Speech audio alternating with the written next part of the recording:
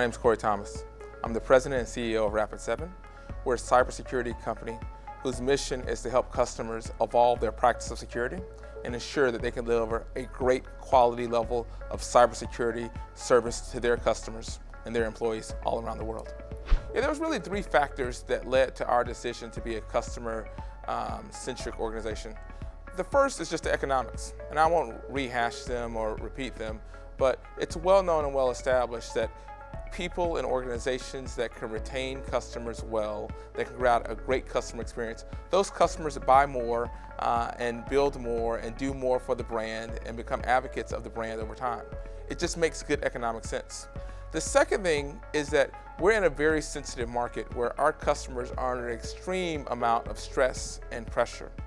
We have to ensure that we're not just providing technology and not just service, but we're providing an overall experience, because relationships and experience matter when you have such a stressful environment as most of our customers find themselves in. And third, and just as importantly, is great customer success and great customer experience leads to and is closely tied to great employee experience. And as our employees are happy and successful, that leads to happy and successful customers, but that also helps us retain and keep our employees even longer, which matters to us.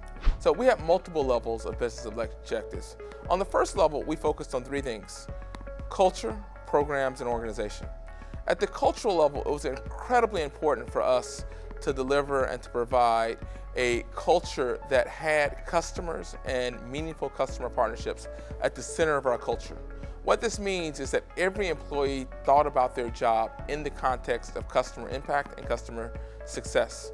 At the second level, we thought about what are the programs that we have. And programs really have two dimensions. It's the activities and the structures of the programs themselves, but just as importantly, it's the metrics that go around how do we evaluate whether we're making progress and being successful from a customer perspective.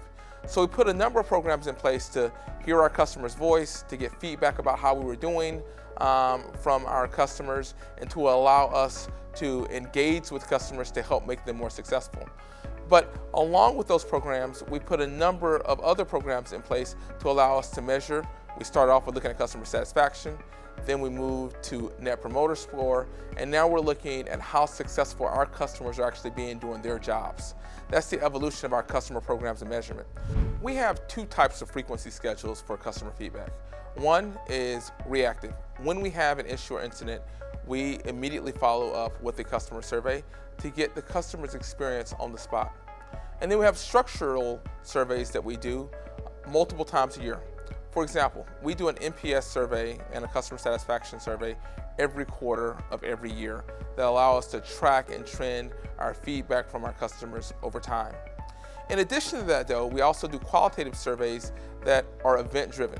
So for example, when we have a new release of our products, or even when we conceptualize a release for the evolution of our product, we go out and we get qualitative feedback from our customers about the impact and import of the contemplated features and technology.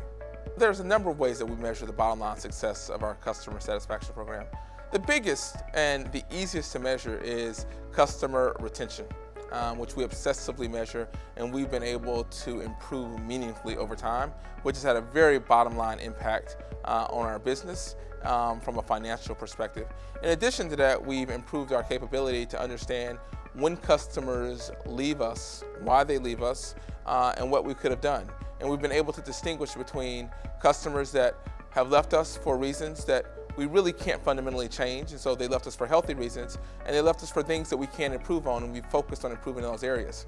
When we made improvements in those areas for that segment of customers, that's driven our win-back program and our win-back strategy.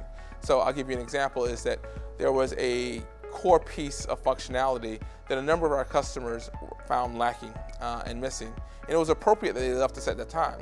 Well, our engineering and our service team got together and they looked at it, and we invested heavily in finding a solution to that, and we bought a company that had that technology earlier this year, and we've been engaged in a very successful effort to win back customers who found that gap a challenge before.